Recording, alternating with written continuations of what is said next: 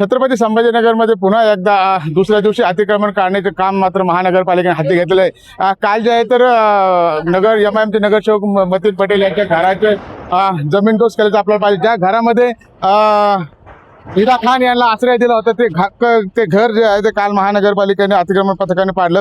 त्यानंतर पुन्हा आता हे बेगमपुरा परिसरामध्ये देखील पुन्हा एकदा आता अतिक्रमण करण्याची सुरुवात केलेली आहे। या ठिकाणी आपण पाहू शकतो की मोठ्या प्रमाणामध्ये अतिक्रमण करण्याचं काम महानगरपालिकेने हाती घेतलेलं आहे आणि आजचा सलग दुसरा दिवस आहे। आज दुसऱ्या दिवशी देखील महानगरपालिकेने आता अतिक्रमणावर हातोडा उचलला तर आपल्याला काय माहिती। आपण पाहू शकतो या ठिकाणी मोठ्या प्रमाणावर आता अतिक्रमण काढण्याचे काम छत्रपती संभाजीनगर महानगरपालिकेने विडा उचलला का असं देखील आता आपल्याला पाहायला मिळतं। ज्या ठिकाणी अतिक्रमण चालू आहे त्या ठिकाणी मात्र त्यांना कोणतीही नोटीस देण्यात नव्हती आली असं देखील या जे काही अतिक्रमण धारक आहेत त्यांचं असं म्हणणं आहे की आम्हाला कोणत्याही प्रकारची नोटीस देण्यात आली नव्हती। आपण त्याच्याशी देखील चर्चा करणार। काय सांगाल, तुम्हाला नोटीस दिली नव्हती का? नोटीस नाही आली होती आम्हाला।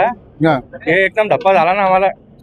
ते संध्याकाळी आले होते शाम में बोले उन्होंने खाली करो, टाइम दिए नहीं उन्होंने, कुछ खोलने करने का।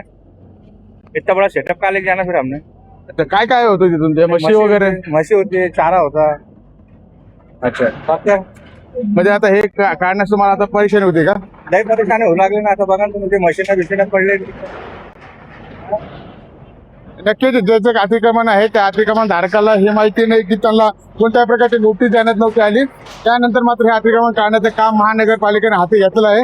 त्यामुळे छत्रपती संभाजीनगर शहरामध्ये जे काही बेकायदेशीर अतिक्रमण आहे हे काढण्यामध्ये मात्र महानगरपालिका मोठी मोहीम राबवत असल्याचं देखील पाहायला आपल्याला मिळत आहे। Sanjay Iyer, L S Marathi, Chhatrapati Sambhajinagar.